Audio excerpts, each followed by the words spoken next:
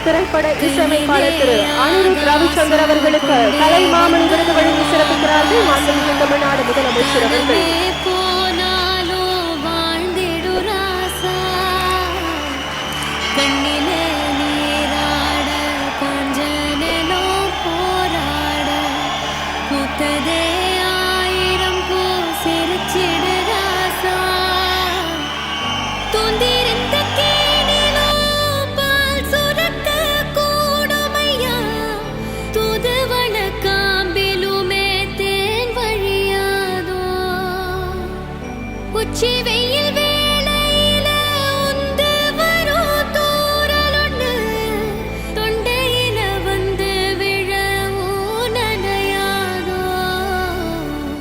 கையிலே ஆகாசம் கொண்டு வந்த ஓம் பாசம் காலமே போனாலும் வாழ்ந்திடு ராசா கண்ணிலே நீ